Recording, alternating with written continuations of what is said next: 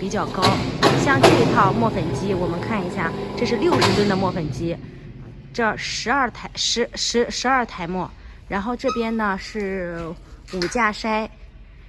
它组装好了就是钢架结构的，高度呢在6米左右。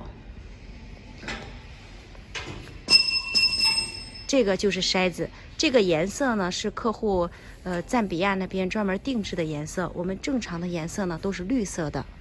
这个就是平筛，这种出的粉比较好，因为它是自然晃动体粉，出的粉质量比较好，配置呢算是比较高配的。